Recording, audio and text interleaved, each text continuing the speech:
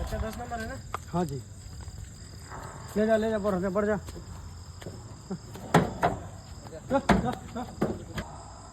नमस्कार मंडळी, मी आहे गणेश, श्री हनुमान डेअरी फार्म सोलापूर।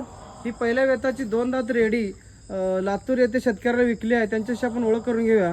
नमस्कार दादा। मी महेश भीमराव गाडे, अच्छा, राहणार लातूर। हां, आणि तुम्ही कधी आले होते?